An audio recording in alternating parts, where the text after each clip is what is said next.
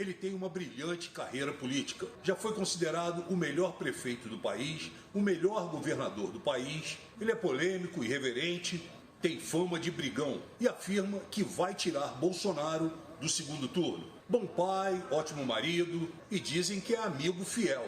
O cantor Fagner, meu grande amigo, já me confidenciou isso. No passado, de maneira inconsequente e gratuita, eu o ataquei por discordar de uma cena. Mas pensando bem, hoje em dia, não o atacaria. Na verdade, entendi, tempos depois, que tal cena era protagonizada por bolsonaristas, covardes e sujos. Eu consegui o telefone dele através de um grande amigo, Eduardo Moreira, que também já esteve aqui. Hoje eu entrevisto o grande Ciro Gomes. Boa noite, começa agora.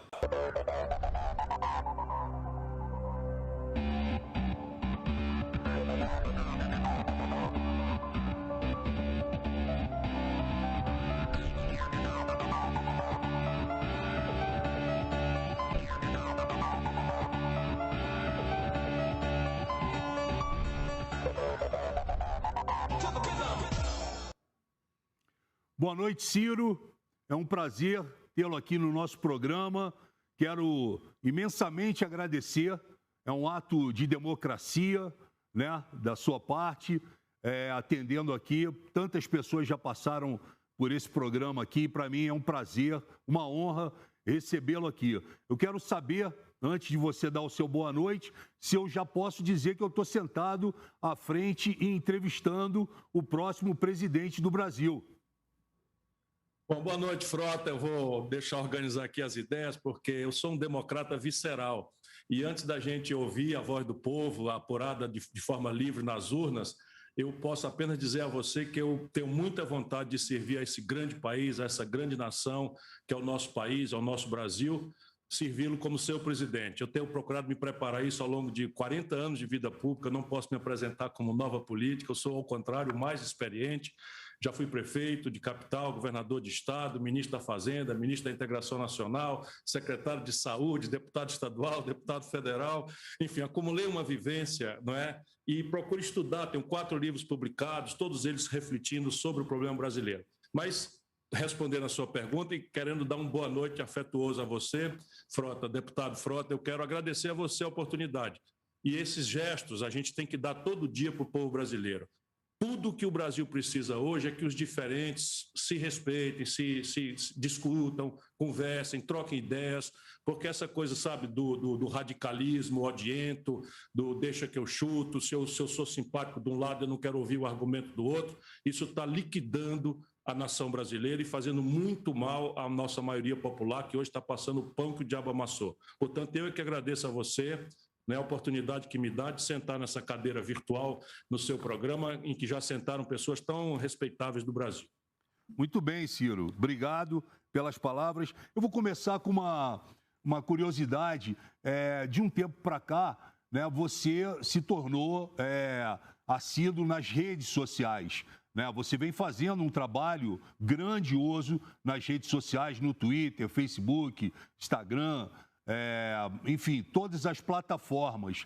E eu queria saber de você, porque nós já enfrentamos, você já enfrentou, eu enfrento também, enfim, muitos problemas com as redes sociais. Eu queria saber de você, antes da gente entrar na área econômica e etc e tal, até onde as redes sociais ajudam e o que você acha dessas redes sociais quando elas se tornam tão nocivas, né, com fake news e com ataques viscerais, né, tentando desconstruir a pessoa, a família, o que ela construiu. Como é que você vê hoje as redes sociais? Você que, né, ultimamente, nos últimos anos, está atuando bem nas redes sociais.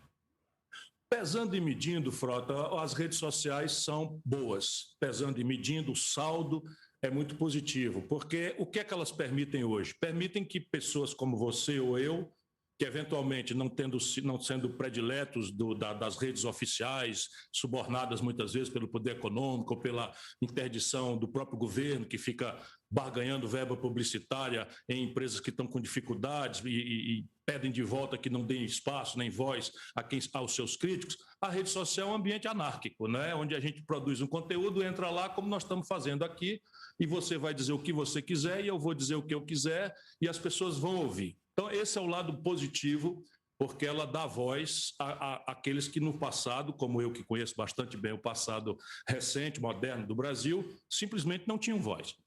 Qual é o lado ruim disso? O lado ruim disso é que a internet ela é um território livre nesse aspecto negativo, porque ela não tem responsabilidade. E não é só a internet. Você pega, por exemplo, um grupo de WhatsApp que Sim. nem sequer pede autorização para fazer. Eu, por exemplo, saí do WhatsApp porque as pessoas me punham em grupos de WhatsApp e eu não dava conta de responder, como eu gosto de ser atencioso com quem fala comigo. Eu gosto de responder, gosto de esclarecer, enfim, até de responder agressões de forma respeitosa, criativa ou não, né? Às vezes a canelada também volta, porque, enfim, eu sou normal, como dizia aquele personagem do Chico Anísio, né? Um personagem da escolinha do professor Raimundo, que era liderada pelo Chico Anísio, meu irmão e conterrâneo aqui do Ceará, que infelizmente não está mais entre nós. Qual é a diferença? É que aí não tem responsabilidade. Sim. Então, o que a gente precisa fazer todo dia é pedir para a população que ela, ao usar a internet, faça com o pezinho atrás, para que ela não seja vítima de manipulações. Outro dia, uma jornalista respeitada do Brasil, não é, uma pessoa que já tem história, que tem uma estrada longa no jornalismo brasileiro, que é a Leda Nagli, Sim. pegou ali de primeira uma informação que ela viu, achou que aquilo era absolutamente chocante e resolveu reproduzir, dando credibilidade dela a essa informação.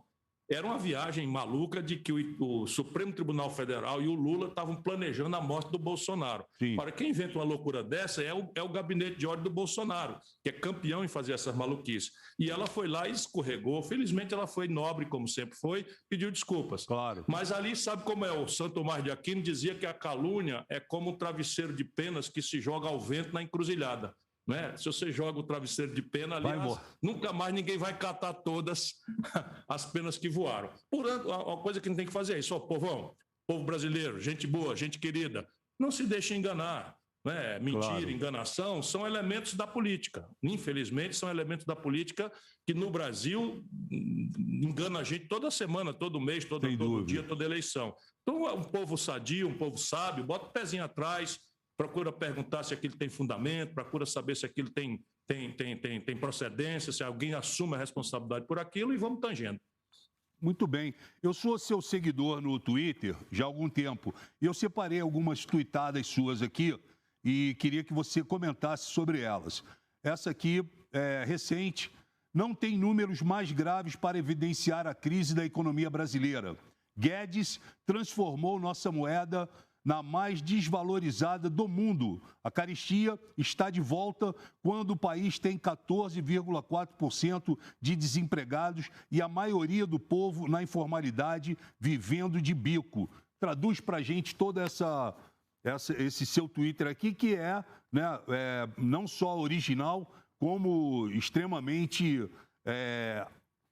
atuante, ativo, né? Frota, como eu te falei, eu acumulei 40 anos de experiência na vida pública brasileira como político. E como intelectual, ou aprendiz de intelectual, eu me esforço muito para... Tenho 4 livros publicados, todos eles refletindo sobre a economia política brasileira, os modelos, as coisas, e acumulei uma experiência. Então, a soma dessa pessoa que estuda muito, que procura escrever, com um político vivido, experiente, que teve muito êxito na vida toda, nunca respondi por nenhum inquérito, nem passei absolvido, enfim... Eu tenho uma biografia e isso me permite lhe afirmar, você que é jovem, é um talento que resolveu sair, não necessariamente sair, mas uma vocação do mundo artístico que resolve dar uma contribuição ao mundo da política, isso é muito importante para o Brasil. Nós precisamos abrir a política para todo mundo que precisa vir aqui arejar, iluminar, trazer novos olhares, novos valores, novas ideias. Portanto, agora, qual é o meu ponto de vista? Eu nunca vi a situação brasileira tão grave como eu estou vendo hoje. E eu procuro sustentar essas minhas afirmações, que são às vezes muito contundentes, com números.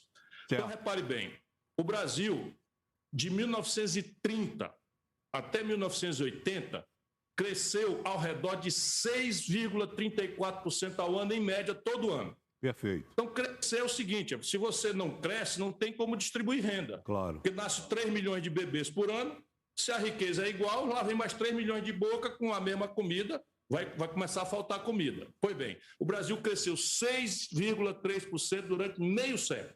É o país que mais cresceu no mundo. Em 1980, o modelo velho morreu.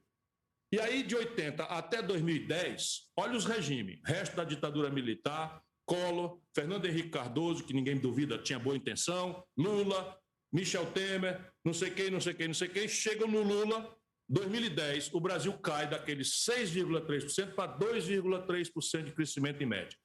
Já começa a faltar comida. Claro. Agora veja por que o pior momento é hoje. Entre 2010 e o ano passado, antes da pandemia, e tudo isso piorou, o Brasil parou de crescer. 10 anos parado. Sabe quantas pessoas nasceram nesse período? Quase 28 milhões de pessoas nasceram. Mais de 10% da população brasileira nasceu e o país não cresceu. Portanto, você tem mais quase 30 milhões de bocas precisando comer e a comida é a mesma. Fazendo aqui uma comparação. Perfeito. Já não sobrava, então agora está faltando gravemente. Esse é o primeiro número. É a pior década em matéria de crescimento econômico dos últimos 120 anos da história brasileira. E aí, veja bem, 6 anos de Lula, PT, Dilma, 2 de Michel Temer, 2 de Bolsonaro.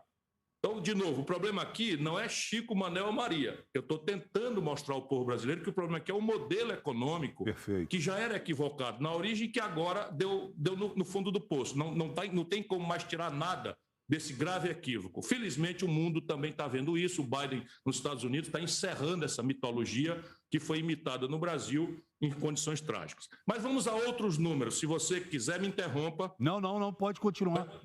Mas eu quero sustentar, sob o ponto de vista do olhar do pobre, do trabalhador, que eu sei que você também está preocupado mais imediatamente com eles. Eu me preocupo com o Brasil inteiro, mas o meu olhar é para os desassistidos e para os inconformados com mais ênfase, porque é daí que eu venho. Claro. Então, veja, e eu estou falando para a maioria. Pela primeira vez na história do Brasil, de Pedro Álvares Cabral até hoje, a maioria do povo, sadio para o trabalho, foi empurrado para a informalidade ou para o desemprego aberto ou para ter desistido de procurar emprego. Os números são os seguintes: 6 milhões de brasileiros, o IBGE chama de desalentado. Certo. O que é o desalentado para o IBGE? É o cidadão que, de tanto se decepcionar batendo de porta em porta atrás do emprego, desistiu, não está mais procurando. Lá se vão 6 milhões. Quase 15 milhões de brasileiros estão procurando emprego e levando a porta na cara que não tem emprego. Verdade. É a maior quantidade de desempregados da história do Brasil. E 39 milhões, quase 40 milhões de brasileiros estão aí se virando nas ruas. Você vê aí, quando vai à volta do trabalho, um camarada com um caixote de aplicativo nas costas, correndo, zunindo numa moto ou numa bicicleta para ganhar R$5 madrugada dentro, chovendo, vai voltar, vai chegar o frio, roendo o estômago com fome, levando comida para nós que estamos pedindo os aplicativos em casa. Nunca houve isso na história desse país. Eu estou fazendo aqui uma brincadeira com as conversas malucas do Lula. Nunca antes na história desse país nós tivemos tal volume de pessoas desempregadas. Aí você vai para a renda. O salário mínimo hoje, comparado com a cesta básica, por que a gente compara o salário mínimo com a cesta básica? Porque o pobre não gasta com mais nada, ele gasta com comida, com aluguel, com remédio e com celular para o trabalho. E acabou. Praticamente, e a prestação já está atrasada. Então veja o número. Hoje, o salário mínimo brasileiro tem o pior poder de compra vis-à-vis a cesta básica dos últimos 15 anos. Isso é o lado do pobre, para não cansar muito você. E tinha mais coisa, não é? 400 mil mortos na pandemia, 408 mil mortos hoje. Né? Vamos agora para o lado das contas do governo, porque você tem que dar uma olhada como é que o governo está. Esquecendo as coisas que vocês estão votando lá, tentando ajudar, orçamento de guerra, o que é que vocês fizeram? Criaram um orçamento fora a parte do orçamento normal para dar agilidade ao socorro emergencial, para dar agilidade ao enfrentamento da pandemia. Mas quando a gente esquece essas palavras e olha assim, quanto dinheiro, quanta grana entrou no caixa do governo nos últimos 12 meses e quanta grana saiu do caixa do governo, meu irmão, são 900 bilhões de reais o déficit nas contas do governo. É o maior rombo em conta pública da história do país. Quando você gasta muito mais do que pode, o que acontece? Vai para a dívida. Claro. A dívida brasileira nunca alcançou a proporção que está hoje, tanto em matéria de volume, como proporção da riqueza, quanto nos prazos. Hoje, o Brasil já está com uma dívida superior a 6 trilhões de reais, com T de tapioca, e 400 bilhões de reais. Nunca houve nada parecido. Isso é 90% do PIB e está correndo ligeirinho, porque o PIB não cresce, claro. Então está correndo ligeirinho para ser 100% do PIB.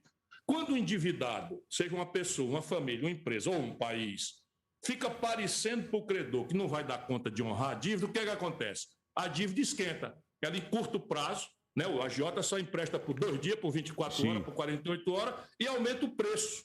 Olha, meu irmão, eu vou emprestar, mas você está meio quebrando. Então, você vai me pagar um juro que é o dobro, é o triplo, é o quádruplo, é o quíntuplo de um endividado normal que tem como pagar. Pois bem, o Brasil está nessa condição e nós estamos fechando uma janela que abriu-se em 2008, quando o mundo entrou na crise econômica. A principal consequência foi juro negativo.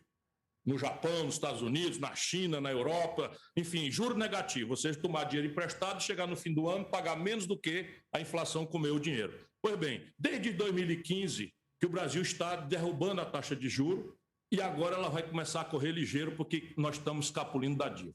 Esse aqui é outro aspecto. Agora vamos olhar para os empresários. Certo. E aí, de novo, entre o tempo da Dilma, que derrubou a economia brasileira 7%, é a maior queda da história brasileira. E assim, não estou falando mal da pessoa da Dilma, sim, que é uma pessoa honrada, eu não tenho problema. Estou falando de números da economia. Derrubou o PIB brasileiro 3,5% no ano, 3,2% no outro. Nunca houve nada parecido. E hoje, o Brasil já fechou 300 mil empresas comerciais. 300 mil empresas comerciais. 6 milhões de empresas estão com o nome sujo no Serasa, na antessala de quebrar. E entre a Dilma e agora, nós fechamos mais de 30 mil indústrias. É a maior desindustrialização da história do mundo capitalista. Tem um coreano que estuda isso. Então, repare, irmão, é pelo lado do trabalhador, é pelo lado da classe média, é pelo lado das contas do governo, é pelo lado empresarial. A maior fuga de capitais estrangeiros tirando dinheiro da Bolsa, indo embora, tirando dinheiro de investimento direto estrangeiro. A Ford estava no Brasil há 40 anos, foi-se embora. A Sony fechou em Manaus, apesar de um regime extremamente generoso. E aí o seguinte, quando você tem essa fuga, o dólar indo embora, o preço do dólar em real cai. Quer dizer, sobe, né? Se falta dólar, o preço sobe. E aí a moeda brasileira é a que mais desvalorizou no mundo. Quando o Bolsonaro tomou posse, o real precisava R$ 3,70 para comprar um dólar. E agora nós estamos precisando de 5,50, 5,45, 5,60, chegou até 5,90. Mas assim, mas o povo não compra dólar. Verdade, o povo não compra dólar, mas o povo come pão. E o Brasil está importando a maior parte do trigo que usa para fazer o pão e a pizza do domingo para quem pode. Se o dólar sai de 3,70 para 5,40 e eu compro trigo em dólar, o que acontece? O preço do pão vai subir. Claro. Aí 86 de cada 100 quilos de remédio que a gente usa no Brasil vem do estrangeiro. Tudo que vem do estrangeiro paga em dólar. Os remédios, como o povo sabe, estão subindo na farmácia. Aí o IGPM é o índice que mede a inflação em dólar. Resultado, se olhar 12 meses, 31%. É a maior inflação do atacado da história do real que eu ajudei a fazer. Olha, Frota, não tem situação mais grave na história brasileira do que essa que nós estamos vivendo. Perfeito, Ciro, perfeito. Nós temos aqui, quando eu anunciei que ia te entrevistar, alguns amigos, alguns profissionais, amantes da política, pediram para gravar algumas perguntas para você. E nós temos um amigo em comum, o grande Eduardo Moreira, né, que já esteve, inclusive, sentado aqui, fez uma belíssima entrevista. E o Eduardo gravou uma pergunta para você e, gentilmente, eu gostaria que você respondesse. Vamos assistir a pergunta do Eduardo Moreira. Olá, meu querido amigo Ciro Gomes. Que bom estar podendo interagir com você aqui nessa entrevista. Deixa eu lhe fazer uma pergunta. Antes de começar a pandemia, a gente tinha mais de 1 milhão de pessoas na fila para receber a aposentadoria. Pessoas que já tinham tido seu processo aprovado, já tinham passado os 45 dias e não tinham recebido ainda. Tinha mais de 1 milhão de pessoas também na fila para receber o Bolsa Família. Isso tudo é dívida do Estado. Agora, a pergunta que eu tenho para você é a seguinte: por que quando o Estado deve uma LTN, uma LFT, uma NTNB, os títulos da dívida pública, as pessoas falam que se ele deixar de pagar ou se ele atrasar, isso é calote, é moratória, o Brasil vai estar quebrado. E quando deve o mesmo Estado, a mesma dívida que é do Estado que deveria estar pagando com prazo e etc., quando deve para quem é mais pobre, para quem é mais velho, para quem está doente, e não paga, atrasa, a gente não diz que é calote. Não sai na capa do jornal, não sai no Jornal Nacional, não sai em nenhum noticiário. Por que dever para pobre, doente e velho pode e dever para banqueiro é calote, é moratória? Um forte abraço a Eduardo Moreira e que o Brasil saiba, Frota, o que você e eu já sabemos, esse é uma das melhores cabeças do pensamento econômico brasileiro contemporâneo, vem de uma experiência profissional extraordinariamente exitosa, podia estar confortavelmente por cima da carne seca, porque sabe operar esse mercado financeiro, todas as manhas e truques ele sabe brilhantemente, e pelas tantas teve uma epifania, que está na pergunta dele, que não é uma pergunta, na verdade é um manifesto, não é? Que a gente precisa só repetir. O Brasil quebra contratos com a população mais pobre, com a classe média, diariamente. Quebra contratos, por exemplo, quando faz uma reforma da Previdência, e eu não duvido que muita gente sabe que a Previdência brasileira precisa ser reformada. Claro. Eu nunca me recusei a debater, não é, reformas no país. Pelo contrário, se a gente sentar em cima do que está aí, o Brasil não sai daí para canto nenhum. Mas há reformas e reformas. E aí, qual é o defeito daquela que passou, para mim? É que ela é uma espécie de contrato entre gerações. Ela foi montada assim: eu trabalho hoje, porque sou mais jovem e tenho saúde, e financio o aposentado que não pode mais trabalhar e que já atingiu a idade. Exatamente. Na crença de que quando eu envelhecer e não puder mais trabalhar, o jovem que vai estar lá atrás trabalhando vai pagar minha aposentadoria. Isso é um contrato entre gerações, que é o sistema de repartição. Nós quebramos isso. Nós quebramos isso em várias ocasiões, não é? E uma delas é essa que o Eduardo está registrando. As pessoas implementam o direito, mesmo com todas as perversidades do direito, e o governo senta em cima, burocratiza, exige perícia de gente que não pode nem sequer subir um elevador, como nós assistimos, subir um elevador, não, subir uma escada, se o elevador do INSS está quebrado, que foi um episódio chocante que o Brasil inteiro assistiu, e faz isso também com a fila do Bolsa Família e tal. Por que ninguém se queixa, não sai na manchete do jornal? Por causa da correlação de forças na política. Tudo deságua na política. No Brasil, 5 pessoas, 1, 2, 3, 4, 5 pessoas têm a fortuna equivalente ao que possuem os 100 milhões de brasileiros mais pobres do país. É isso mesmo que eu estou dizendo. Nenhum país do mundo tem nada parecido. 5 pessoas têm fortuna equivalente a 100 milhões de pessoas têm para se virar no Brasil. E essas 5 pessoas, mais as 20 mil pessoas mais ricas, elas controlam tudo o que é poder no Brasil, desde o poder da informação, a mídia, a grande mídia brasileira. Eu não estou me queixando, eu estou respondendo claro. ao Moreira. Então, veja, as 5 grandes mídias nacionais brasileiras pertencem a 5 famílias. Isso não existe em nenhum lugar do mundo. Quem é o dono da NBC nos Estados Unidos? Ninguém sabe. Tudo bem, o Murdoch é dono lá de uma coisa, mas normalmente o capitalismo já é de capital aberto. No Brasil são 5 famílias e uma igreja. Ok, está tudo certo, mas eu estou respondendo por que a gente não tem. E essas pessoas são aquelas que têm excedente financeiro e que usam há mais de 40 anos o governo como um mecanismo institucional de transferir renda de quem trabalha e produz para quem especula no juro alto. O Brasil, como eu já te falei na pergunta anterior, há 35 anos tem a taxa de juros mais alta do planeta Terra. Agora, com o Bolsonaro, não gosto nem de lembrar isso, porque o Bolsonaro é um desastre, nós estamos com a menor taxa de juros real dos últimos 35 anos. Eu não gosto de esculhambar o Bolsonaro fora daquilo que ele merece. É um genocida, é um irresponsável, é um incompetente, mas a taxa de juros que o governo Bolsonaro está pagando, ele nem sabe por que é, nem deu ordem para isso, e agora ele vai fazer o juro subir de novo. Mas o fato é que o Banco Central brasileiro, durante os 2 anos atuais, os últimos 2 anos, paga a menor taxa de juros do mundo. Já estão arrependidos, vão subir correndo a taxa de juros de novo, e lá se vai mais uma porta fechar para o Brasil. Essa é a razão, meu caro Eduardo Moreira, essa é a razão clara é que se você assistir na rua ou na estrada um tatu em cima de um toco, não duvide, aposte que alguém botou. Por quê? Porque tatu não sobe em toco. Então, no Brasil é o seguinte, quem tem a grana, tem a informação e tem o controle da maioria do poder político há anos no Brasil. Ô Ciro, eu tenho aqui antes uma pergunta aqui do jornalista, amigo meu, Boris Casoy, que eu tanto respeito, mas antes eu queria te perguntar, né? Nós tivemos aí 4 ministros da saúde, né? Estamos vivendo um momento absurdo na pandemia, né? Uma crise sanitária sem precedentes. Nós temos falta de vacina, falta de insumos, faltou oxigênio, brasileiros morreram asfixiados no país, um plano nacional de vacinação completamente desorganizado, né? Uma série de problemas. Esse novo ministro, eu nem conheço ele, o Queiroga, mas me parece um fantoche na mão ali do governo, fala o que mandam ele falar. O que você, Ciro, faria diferente se fosse você hoje o presidente desse país?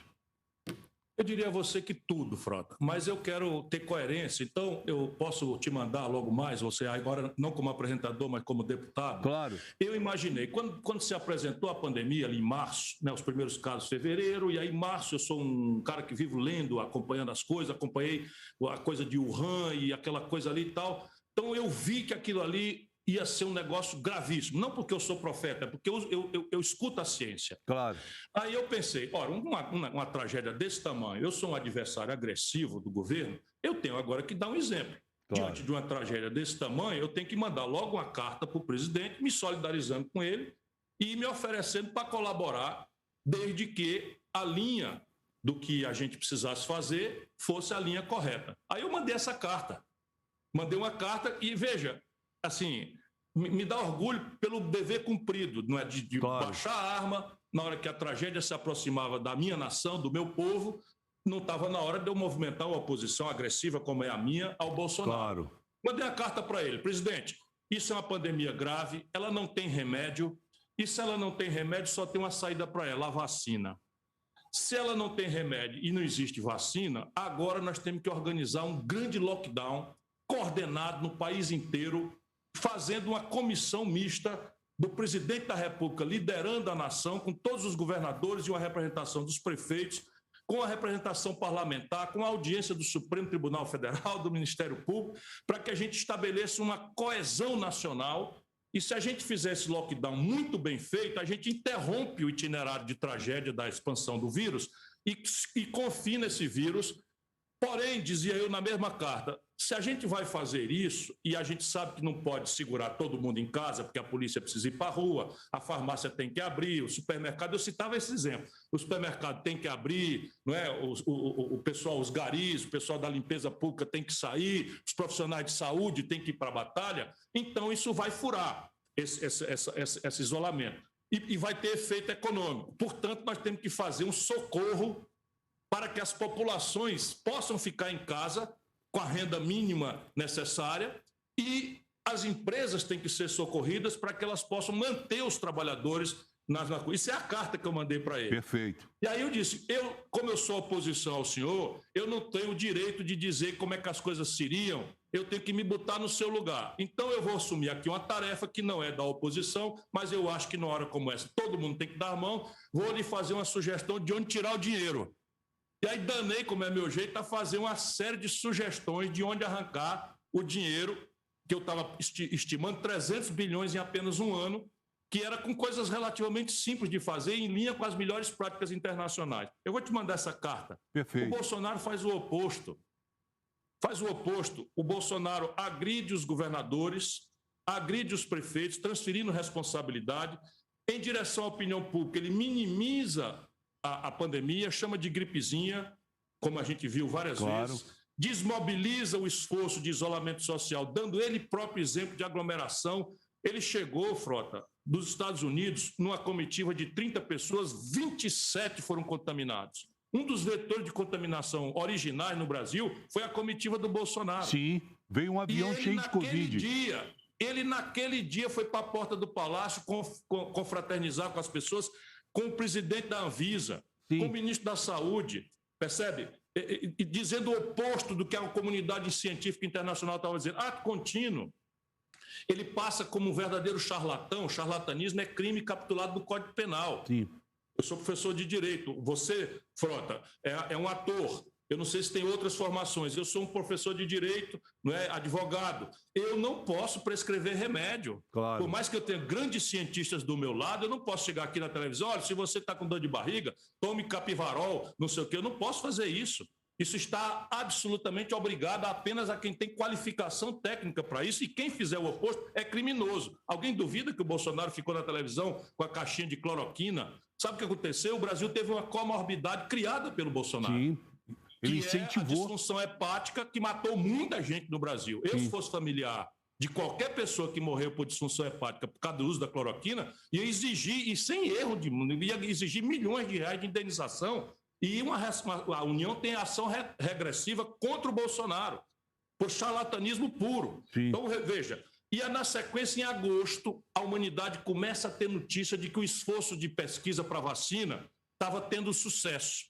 A Pfizer, eu tenho esses ofícios, Frotas, também posso lhe mandar como deputado cópia deles. Sim. A Pfizer manda em agosto do ano passado uma oferta de 70 milhões de doses da Pfizer. É verdade. Que é simplesmente aprovada e acompanhada não só pelos órgãos internacionais, mas pela melhor agência de vigilância sanitária do mundo, que é a FDA americana. Sim. O FDA, Food and Drug Administration americano, é respeitado no mundo inteiro. A Inglaterra, por exemplo, aceita via convênio que uma coisa aprovada pelo FDA seja usada precariamente na Inglaterra até o seu sistema local a evoluir. Claro. Pois bem, não responderam os ofícios. Eles ofereciam as primeiras doses em dezembro do ano passado. Eu fiz um cálculo aqui. Se a gente tivesse começado a vacinar em dezembro, nós tínhamos salvo desses 408 mil pessoas, nós tínhamos salvo mais de 50 mil brasileiros só com a antecipação da vacina. Isso é genocídio. E a responsabilidade disso chama-se Jair Messias Bolsonaro. Percebe? Quem foi o Supremo Tribunal Federal garantir que os governadores e prefeitos tivessem autonomia sem dispensar a responsabilidade da União para fazer o enfrentamento da pandemia fui eu, como advogado, e o PDT, o meu partido, sim, eu lembro. Né, que acionou, e o ministro Marco Aurélio nos deu a liminar. A partir daí ele começa a dizer que foi dispensado a responsabilidade. Não é verdade. O SUS brasileiro é daquilo que a gente chama em direito constitucional de competência concorrente. Ou seja, a responsabilidade pela saúde do povo é do governo federal, dos estados e dos municípios. E cada um deles tem uma esfera de autonomia. Por quê? Porque o nível de impacto de uma pandemia depois foi se harmonizando, mas é muito diferente. Por exemplo, do Ceará, que é uma cidade, o Fortaleza é uma cidade extremamente turística, começou a pandemia aqui, não tinha um caso em Juazeiro do Norte. Então é evidente que tinha que fechar Fortaleza e deixar Juazeiro aberto. Claro. E quem sabe disso é a autoridade local. Deixa eu te dizer mais, só para acabar essa responsabilidade aqui do Bolsonaro. Perfeito. Nós fomos para a justiça para poder fazer simplesmente a medição de temperatura de turistas que chegavam numa conta. 13 mil turistas chegavam dos Estados Unidos por semana em Fortaleza, Frota. E nós queríamos vedar o voo que o Bolsonaro não vedou.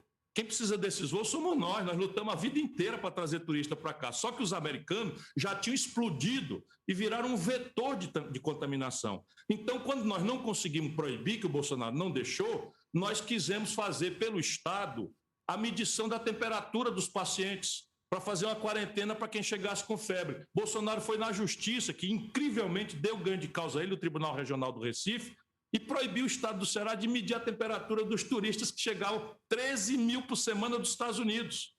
Outros 8 mil da Itália. Lembra que a Itália também explodiu antes? Pois bem, como é que a gente pode deixar de condenar um homem desse ou de chamá-lo de genocida? Ele é um genocida. E toda aquela carta, nem resposta eu recebi. Para você ver que no momento que nós precisamos, né, que nós mais precisamos de um líder no país, nós não tivemos esse líder. O jornalista Boris Casoy também já passou aqui no programa e enviou uma pergunta para você e eu gostaria que você respondesse ela gentilmente. É um privilégio, é um dos grandes jornalistas brasileiros. Gosto muito dele também, meu amigo. Eu também. Então, vamos assistir a pergunta do Boris Casoy. Ministro Ciro Gomes, meus melhores cumprimentos. A minha pergunta é sobre costumes. Qual a sua atitude, se eleito presidente da República, frente à legalização de drogas como a maconha, o casamento gay e o aborto? Meu estimado jornalista, a minha opinião sobre esses assuntos de costumes está espalhada aí, quem quiser conhecê-la vai para a internet. Entretanto, aos 63 anos de idade, eu amadureci uma compreensão do Brasil verdadeiro, do Brasil profundo. E é que entre nós brasileiros há uma profunda e grave e insuperável, a preço de hoje, divisão em relação a esse temário de costumes. Há uma força religiosa, uma força moral, não é? Com uma posição absolutamente hostil até ao debate desses assuntos. E eu imagino que, não pretendendo ser um guru de costumes, eu quero me posicionar como um possível presidente do Brasil. Como é que um estadista, diante desse tipo de desafio, deveria se postar? É o aprendizado que eu estou procurando. Eu acho que a gente devia afirmar alguns valores. Primeiro, o que está em disputa no Brasil para um candidato a presidente da República, protagonismo ou não, é um projeto nacional de desenvolvimento que tem um objetivo claro: superar a miséria e a desigualdade num prazo que deve ser explícito para que a gente possa cobrar, dizer de onde vem o dinheiro, da divisão de tarefas, estabelecer um processo de avaliação, de controle para superarmos a miséria e a desigualdade. Isto pode fazer com que a gente celebre um enorme e generoso consenso no Brasil. Entretanto, se eu desço desse grande objetivo estratégico que nos une para discutir questões morais, como são essas todas gravíssimas questões que o grande jornalista me propõe, como eu já fiz em muitas outras ocasiões, eu estaria contribuindo para dividir o Brasil e não respeitar isso. Mas eu não posso fugir dessas questões. Então, qual é a minha ideia? A minha ideia é que eu me porei, como estadista, responsável por afirmar esse debate.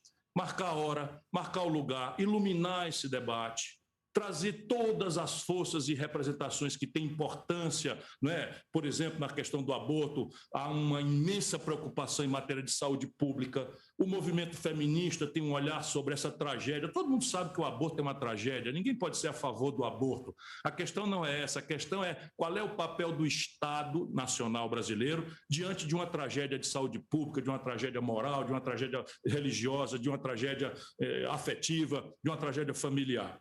Assim, a questão das drogas. Vamos lá, nas drogas eu avanço mais um ponto, não é? Parece que não há nenhuma escola que nós possamos dizer, olha, a experiência internacional do lugar tal resolveu essa parada, nós vamos por lá. Vamos enfrentar as restrições morais, vamos enfrentar as incompreensões, os preconceitos, mas vamos pegar a experiência da acolá, daquele lugar ali. Não há esse lugar. Os americanos adotaram a tal guerra contra as drogas, uma política de absoluta intransigência que pune desde o usuário. Isso foi uma política lá do governo Reagan e deu um desastre grande. Essa é a política que o Brasil imitou. Só para vocês terem uma ideia, Frota, o Brasil, quando o Lula tomou posse, tinha algo ao redor de 280 mil pessoas apenadas. Era a população carcerária do Brasil. Quando o Márcio Tomás Bastos, eu não duvido, com a melhor boa-fé, no ministro da Justiça do Lula, fez alguns acordos de cooperação com os Estados Unidos, nós trouxemos essa política dos americanos para cá. Resultado, hoje nós temos 800 mil pessoas como população carcerária e mais 250 mil mandados de prisão não executados. Se eles fossem executados, o Brasil teria hoje 1.050.000 pessoas presas. Quem são essas pessoas? Tudo jovem, negro, pobre da periferia. Qual é o crime, em média, que levou essa garotada para o presídio? A posse ou o tráfico de minúsculas quantidades de droga. E essa garotada, ao entrar no presídio, imediatamente entra para ser ferrado no queixo e ter que se filiar a uma facção criminosa que dominou o sistema prisional brasileiro. É a partir das facções que se representam nas praças e ruas das periferias do Brasil. Será que essa é a política que nós temos que continuar? Será que não existe aí uma reflexão que a experiência dos outros, porque também aqueles países que simplesmente liberalizaram todas as drogas, também se deram muito mal. Sofreram. Não conseguiram resolver esse grande flagelo da vida moderna brasileira. Eu quero iluminar esse debate, trazer os cientistas, trazer a experiência internacional, trazer as denominações religiosas todas, para que a gente estabeleça um generoso e fraterno debate e não deixe que a interdição e o preconceito impeça o Brasil de achar um caminho, quem sabe um caminho para o mundo também aprender, porque aqui no Brasil nós seremos capazes de construir essas alternativas. Comunidade LGBT, aí não tem mais dúvida. Isso não está mais em debate. Né? O Conselho Nacional de Justiça brasileiro reconheceu o efeito civil da união estável entre pessoas do mesmo sexo, e isso, francamente, nós temos que respeitar, ou se não quisermos racionalizar o assunto, vamos apenas reproduzir o lindíssimo verso do Lulu Santos, que é: consideramos justa toda forma de amor. Eu penso que é justa toda forma de amor. Grande Lulu.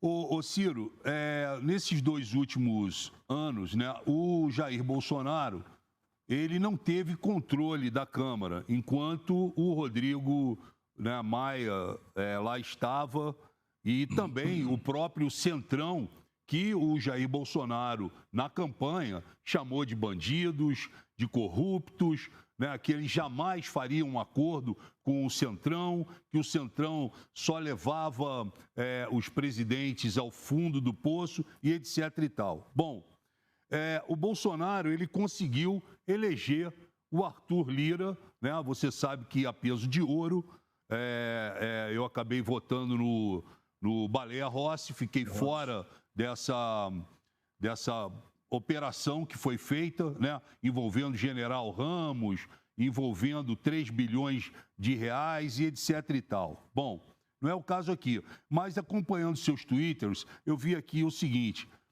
Lira diz que a análise de impeachment depende de conjuntura e não tem prazo, né? Isso aqui saiu no UOL. E eu queria saber o que você acha do impeachment, um presidente que hoje está sentado numa cadeira, e nós sabemos que ele já não poderia estar sentado nessa cadeira, tem 110 pedidos de impeachment, não só de políticos, mas de vários segmentos da sociedade, né?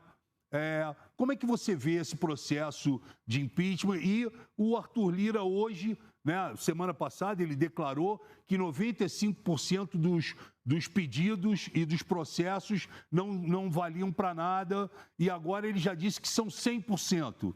Né? Como é que você avalia essa questão do impeachment nesse momento, com pandemia e etc. e tal, e a questão de termos aí 110 pedidos de impeachment ali e estão sentados em cima da mesa, né? Estão sentados em cima dos pedidos, perdão. Frota, como você sabe, o impeachment é um remédio jurídico e político. Sim. Ele não é pura simplesmente um remédio jurídico, como, por exemplo, o estelionato, 171, né? ou o roubo, 157, o artigo, né? Ou o crime de charlatanismo. Isso é um crime comum e tal. Ele é uma consequência do cometimento de crime de responsabilidade. Perfeito. Como tal definido na lei. Mas ele não é julgado pelo judiciário. Por isso que ele é um processo jurídico e político. Ele é, primeiro, um remédio para punir um presidente da República que tenha cometido crime de responsabilidade. Ele não é um remédio para governo ruim. Perfeito. Não é um remédio para governo que a gente não gosta. Claro. Eu, por exemplo, achava o governo da Dilma uma tragédia, achava o governo da Dilma o pior da história brasileira depois do Collor, e agora vai ser superado pelo Bolsonaro. Porém, a Dilma, na minha opinião, não houvera cometido nenhum crime de responsabilidade. Perfeito. E isso a gente tem que deixar claro, não é, que o impeachment é uma punição para o cometimento de crime de responsabilidade. E crime de responsabilidade está escrito na lei o que ele é. E eu sou signatário de 3 pedidos de impeachment. Por quê? Porque sou professor de direito, quero lembrar isso apenas pela moral, claro, que eu tenho que dar a minha palavra, né? Claro. Qualquer tipo de gabolice. E eu tenho que ter responsabilidade, eu pretendo ser presidente do Brasil. Então eu não posso estar dando vazão, por exemplo, o Lula propôs o impeachment do Fernando Henrique Cardoso. Na época eu fui contra, eu era oposição ao Fernando Henrique Cardoso, tendo rompido, tendo ajudado a fazer o real, e fiquei contra, porque o Fernando Henrique Cardoso não tinha cometido nenhum crime de responsabilidade. Perfeito. O PT propôs o impeachment do Itamar Franco, sabe, como ferramenta de propaganda, de desgaste político, que é nosso papel da oposição, mas não por esse caminho. Esse caminho é um caminho muito grave, muito sério. E eu, que pretendo ser presidente do Brasil, jamais vou legitimar um caminho golpista usando o pretexto de uma punição por crime de responsabilidade. O que é crime de responsabilidade? Número 1, atentar contra o regular funcionamento das instituições da democracia. Até as emas do Palácio do Planalto viram. Claro. Ou não é verdade que o senhor Jair Messias Bolsonaro, presidente da República Brasileira, foi bater na porta do quartel-general do Exército, confraternizar, dizendo: eu sou vocês, vocês são eu apoio vocês, com um agente que estava ali pedindo intervenção militar, a volta do AI-5, que quer dizer tortura, censura à imprensa, fechamento do Congresso Nacional, Exatamente. Perseguição de magistrados, perseguição de jornalistas, perseguição de oposicionistas ao governo. Agressão às mulheres. Perseguição a todo mundo, a todas as franquias democráticas, aos sindicatos, aos estudantes, às mulheres, e tortura. Então, o Bolsonaro cometeu este crime de responsabilidade. Não adianta o Lira mentir e tapar o sol com a peneira. O Brasil inteiro está vendo, e ele, Lira, como infelizmente meu querido amigo, e é meu amigo mesmo, que acho que fez uma boa administração, mas não percebeu a importância histórica, porque o presidente da Câmara, inclusive, está errado. Nós precisamos reformar isso. Não é? Não pode ser o juiz da vida e da morte. O Congresso Nacional, a Câmara Federal, é um colegiado, onde se representa a população brasileira. O que cabe ao presidente é apenas olhar se está conforme os ditados formais e mandar para o plenário constituir uma comissão. E aí, se o governo tiver maioria, o governo se defende, ou o governo vai lá e prova sua inocência, o impeachment vai para o arquivo, como aconteceu com o Trump. Claro. Mas a presidente da Câmara Federal americana não engavetou. Eles não podem fazer isso. Estão fazendo isso arbitrariamente. Infelizmente, o Rodrigo também não viu a ocasião histórica. Por que ocasião histórica? Porque na medida que você despacha, você não está determinando o impeachment. Você está determinando que a Câmara apure. E aí o que aconteceria no dia seguinte? O Bolsonaro imediatamente pararia com a sua irresponsabilidade genocida. Nós teríamos salvo 200 mil pessoas, 150 mil pessoas, 300 mil pessoas das 408 mil que morreram. Porque na hora que houvesse uma comissão e aí começasse, vamos examinar aqui, o Bolsonaro está atentando contra o regular funcionamento das instituições, o Bolsonaro fez um esforço renitente, que é outro crime de responsabilidade, de periclitação da vida e da saúde da população nacional. O Bolsonaro atenta contra a federação, quando faz o que faz e repetidamente continua cometendo com os governadores e prefeitos. Tudo isso é crime de responsabilidade capitulado. Mas na hora que houvesse uma comissão, tivesse lá o deputado Frota aliado ou adversário, não interessa. Perfeito. A opinião pública ia acompanhar. Claro. O Frota não podia chegar lá e dizer: vou votar o impeachment do Bolsonaro porque eu não gosto do Bolsonaro. Ia ter que votar motivando o voto. Ia ter que ter um relatório demonstrando, o governo ia se defender, ia levar suas provas, ia levar sua defesa, e os acusadores tinham que ir lá demonstrar e podia até depois ser acusado de denunciação caluniosa, no meu caso. Nada. Fizeram isso e fica um país inteiro de 208 milhões de habitantes refém de uma trama de gabinete de suborno. Porque aqui está uma consideração de natureza política. O Bolsonaro, meu irmão que votou nele, não estou falando para você, Frota, claro. E todos nós somos enganados por políticos. Isso é uma coisa que a gente tem que ter humildade para saber, e só tem uma saída, é a gente ter um pouquinho mais de cuidado com o voto, olhar o passado, não votar com raiva, porque ali estava uma raiva grande, justa, né, pela esculhambação que o PT generalizou no país, pela debacle econômica sem precedente. O cara que parecia a resposta para essa esculhambação, né, que aconteceu no Brasil, grande, não foi pequena, parecia ser o Bolsonaro. Eu fiquei ali meio invisível, ainda tirei um honrosíssimo terceiro lugar, mas era visto por gente do sul do Brasil, especialmente de Sudeste, como amigo do Lula, aliado do Lula, e a turma queria era alguém que limpasse a esculhambação econômica, social e moral que o PT produziu no governo. Está tudo certo, nós vamos continuar aprendendo e votando, não tem problema. Mas o Bolsonaro é um estelionatário político de caso pensado. Porque o Bolsonaro, se você recuperar, ele disse claramente, isso é ato constitutivo da sua presidência. Por que o lulopetismo foi tão repudiado pelo povo? Porque se acertou com o Renan Calheiro, acertou-se com o Eunício Oliveira, acertou-se com o Eduardo Cunha, ou não é verdade que o Lula deu furnas para o Eduardo Cunha? Claro. Eu denunciei publicamente, deu furnas para o Eduardo Cunha roubar, né? Botou o Michel Temer na linha de sucessão, isso botou o Gedel Vieira Lima, aquele dos 51 milhões nas malas. Isso tudo não dá para esconder, aconteceu. E aí o Bolsonaro vem dizendo, olha aí, tudo ladrão, tudo bandido, tudo não sei o quê. E hoje nós temos uma notícia, que o Bolsonaro e o Lula estão procurando o Sarney. Sim, verdade. Não tem alguma coisa errada? Na minha cabeça tem alguma coisa profundamente errada nisso. Por agora, o Bolsonaro, para a gente que aceitou o apelo dele, ele é um estelionatário. Ele prometeu que ia mudar a política e está fazendo pior. Ele prometeu, ele é um estelionatário, disse que não ia ter corrupção no governo. Eles aprenderam a fazer uma corrupção, Frota, que é quase o crime perfeito. Vou te dar aqui alguns exemplos práticos e você pode usar todos e eu sou testemunha, se você quiser, na sua tarefa de fiscalização como parlamentar. Vamos lá. O Banco do Brasil entregou para o BTG 3 bilhões e 100 milhões de reais de ativos, a pretexto de que estariam ilíquidos, que não estavam sendo pagos regularmente, ninguém viu isso, é uma alegação, para o BTG, esse G aí é Guedes. Sim. É um banco fundado pelo BTG, é um banco do Guedes, por 370 milhões. Ou seja, o Banco do Brasil entregou 3 bilhões e 100 milhões por 370 milhões. Será que o BTG comprou isso para fazer caridade para o Brasil e para o Banco do Brasil? Não, comprou isso para ganhar dinheiro. Claro. E quem perdeu dinheiro? O povo brasileiro. Então, isso aqui é uma coisa básica. Bastou eu denunciar, eles correram com o presidente do Banco do Brasil. Tiraram o presidente do Banco do Brasil, botaram para fora para ver se acalava a boca das pessoas e tal. E tem aí um procurador do Tribunal de Contas da União atrás disso, mas a imprensa calada estava, calada ficou, porque aquilo que eu falei na pergunta anterior. Não é? Se o camarada tem condição de ter uma grana preta e pagar publicidade, etc., etc., não sai notícia contra ele. Isso é um crime perfeito. É verdade. Eu vou te dar mais algumas. Eles aprenderam o seguinte: para privatizar a Petrobras, eles tinham que consultar os senhores deputados. Sim. Como representantes do povo. Nós entramos no Supremo Tribunal Federal. O Supremo Tribunal Federal, infelizmente, né, com todo o respeito e acatamento que a gente tem que ter, porque numa democracia a eles cabe a última palavra, mas eu não preciso ser admirador de todas as decisões. Aí o Supremo fez a seguinte decisão: não, nós fomos ao tribunal pedir ao tribunal que determinasse que a Petrobras, para ser privatizada, houvesse uma consulta aos representantes do povo, os deputados federais.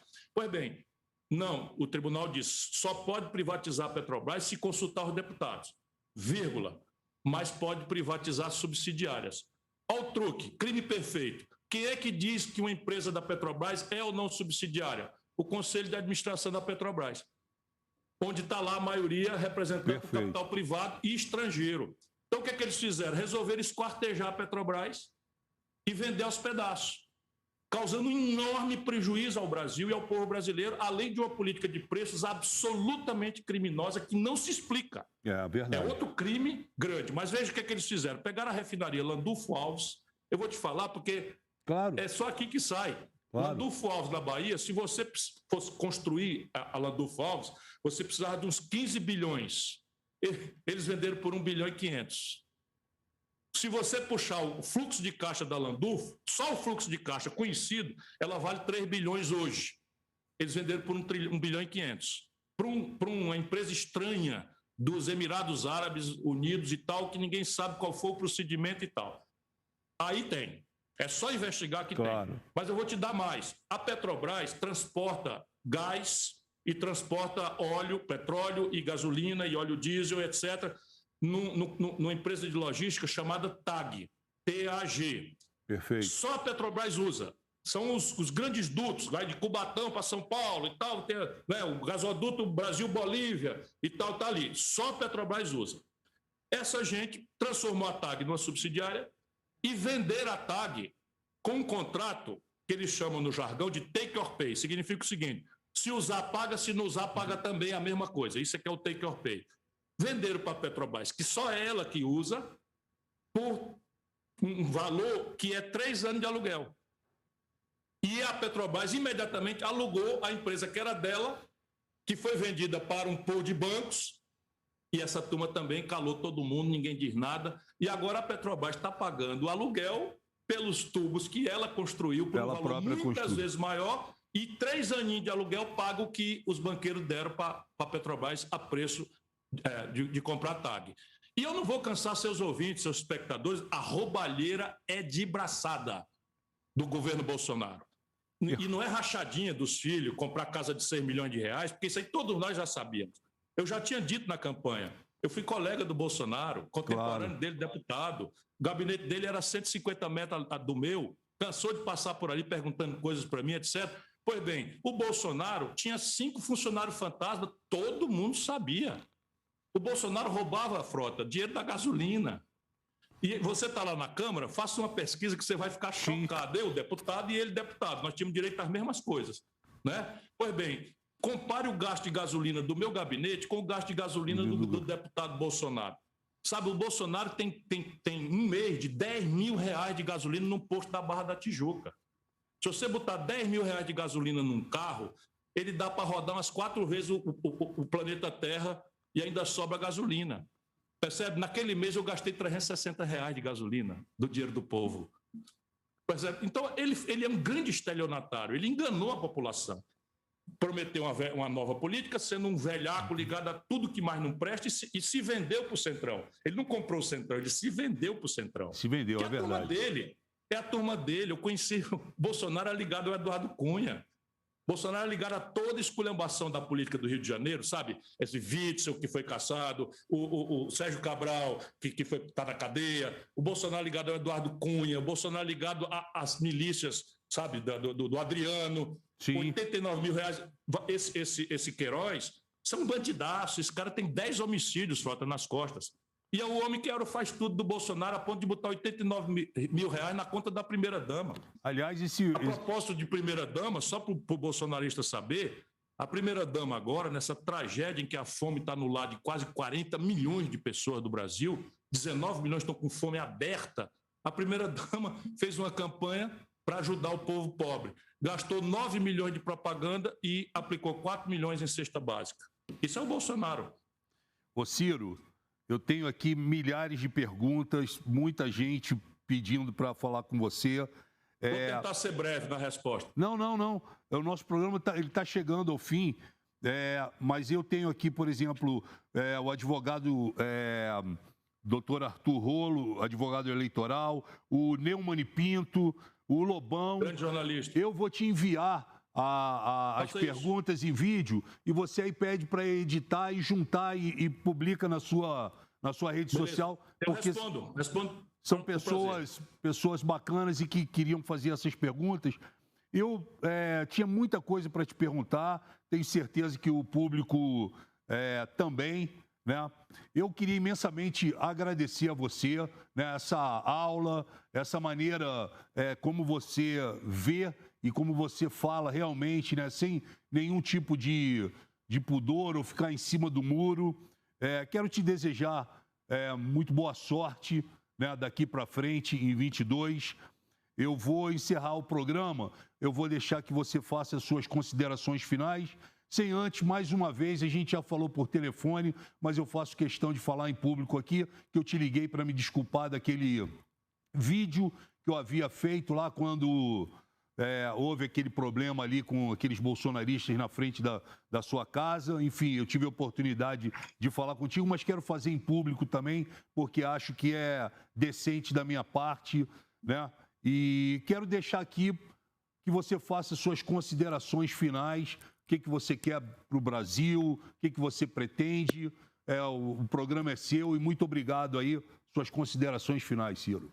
Eu que agradeço, Frota. E você, na ligação, já tinha me comovido muito, porque a gente, qualquer um de nós, quantas vezes eu, pode cometer um erro pensando que está fazendo as coisas direito, defendendo aquilo que é seu valor, mas se você considera na sua consciência que não fez a melhor justiça e se pede desculpa, isso só faz de você uma alma boa e isso pode acreditar, não ficou mancha nenhuma, nenhum registro de nada, porque eu me vejo, né, cometendo erros e costumo fazer isso que você fez, pedir desculpa. E aquilo foi uma atitude polêmica, você não era obrigado a saber, nas quase 2 horas da madrugada, um grupo de fanáticos resolveu agredir fisicamente o meu irmão. Eu estava dormindo em casa, não foi na minha casa, foi na casa do meu irmão, e a minha cunhada me ligou dizendo que estavam matando o meu irmão e descreveu a cena. Quando eu não uso segurança, eu dirijo meu próprio carro, a vida inteira foi assim, e eu corri para lá. Quando eu cheguei, eu vi exatamente a cena que ela me descreveu. Meu irmão isolado no meio de um grupo e ali a sensação de que as pessoas já tinham jogado coisa nele e tal. Naquela hora até ele já tinha conseguido acalmar as pessoas. Eu não vi isso, e você sabe como é. Claro. O meu irmão mais novo é uma pessoa que é um filho depois que o nosso pai morreu. E eu então cheguei espalhando brasa e qualquer pessoa que não soubesse o que aconteceu antes tinha todo o direito de me censurar, claro. Lembrando que aquilo foi numa época que eu não carregava nenhuma responsabilidade pública, eu apenas corri ali para defender o meu irmão, e não se preocupe, não ficou mancha nenhuma. Mas deixa eu lhe agradecer a oportunidade que você me deu, né? E eu lhe digo a você, olha, nós examinamos hoje problemas gravíssimos do Brasil, mas eu diria a você aquilo que está num livro meu, né, e que é muita convicção minha. O Brasil, entre 1945, agora eu vou puxar, e 1980, é o país que mais cresceu no mundo. A China ainda precisa de uns 15 anos para tomar o recorde do Brasil. Nós crescemos quase 7% ao ano, em média. Dava tudo certo no Brasil. Bossa nova, cinema novo, que é a tua arte, né? Cinema novo, né? Bicampeão de futebol, 58, 62, Esté Bueno, campeão de tênis, Éder Joffre, campeão de boxe, sabe? Para onde olhasse, o Brasil dava certo, a gente acreditava em nós nos acreditávamos uma nação que o mundo inteiro admirava de verdade. Tom Jobim, João Gilberto, Garrincha, Pelé, sabe? Para onde você olhasse, tudo dava certo. E, de repente, o país despenca e viram esse ambiente de ódio, de redução. O que aconteceu se o céu abençoado pelo Cruzeiro do Sul é o mesmo? O chão, hoje, é mais generoso do que era na época, porque na época a gente não conhecia o pré-sal, que é essa montanha de bilhões de dólares que está no nosso subsolo e debaixo das águas territoriais brasileiras, que tem 20 trilhões de reais aí, dinheiro suficiente para transformar o Brasil numa grande sociedade de classe média, acabar com essa miséria, com essa humilhação, com a violência que desencaminha os nossos jovens, né? Fazer uma escola emancipadora da criançada, escola em tempo integral, que a gente já faz aqui no Ceará, para mais da metade da garotada, e a gente tem convicção de que funciona. Então, se o chão é mais generoso do que era, o céu abençoado é o mesmo, e o povo ainda está melhor qualificado do que era na época, o que está acontecendo com o Brasil? Sabe, o que está acontecendo? É a política. Mas veja, a política é a linguagem da democracia. Por isso a gente proteger o direito do povo, votar, transformar a política num diálogo de diferentes. Por isso eu te agradeço de novo. Não precisa a gente pensar igual, não precisa a gente concordar, basta que a gente se respeite como, né, gente que está preocupada genuinamente com a sorte da nossa comunidade, do nosso povo, a gente vai achar o caminho. É com essa palavra de muita confiança do povo brasileiro que eu me despeço agradecendo a você. Vai dar certo, não tem a menor dúvida, é só um mau momento que nós estamos passando. Ciro, se cuida, cuide-se de tudo que de ruim possa vir aí. Olha, o Raimundo Fagner também me falou muito bem de você, que é um irmão que eu tenho na vida. Grande amigo nosso. Cuide aí da sua família, dos seus, que Deus te proteja e a gente se fala em breve. Fiquem com Deus. O programa... Amém. Sorte lá na sua luta. Obrigado. O programa Boa Noite volta na segunda-feira que vem com mais uma grande entrevista. O advogado Cacai estará aqui para falar, né, sobre vários processos e etc e tal. Eu tinha muitas coisas para falar com o Ciro, do Lula, Lava Jato, mais uma série de coisas, mas a gente em breve fará outro programa com o Ciro. Fiquem agora com a programação da Rede Brasil. Muito obrigado. Ciro, valeu. Tchau. Valeu,